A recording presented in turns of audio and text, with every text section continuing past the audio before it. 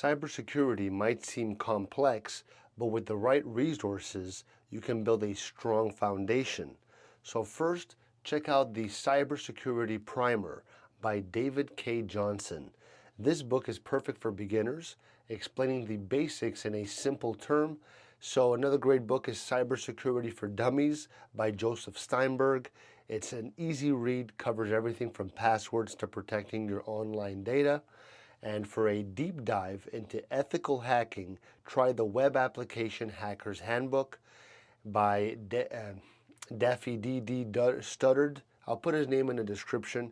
And Marcus Pinto teaches you how to spot vulnerabilities in web applications. There's also Hacking, the Art of Exploitation by Jon Erickson. It's another fantastic book for beginners who want to learn the inner workings of hacking and security. And finally, Network Security Essentials by William Stallings is a great book that covers the fundamentals of security networks.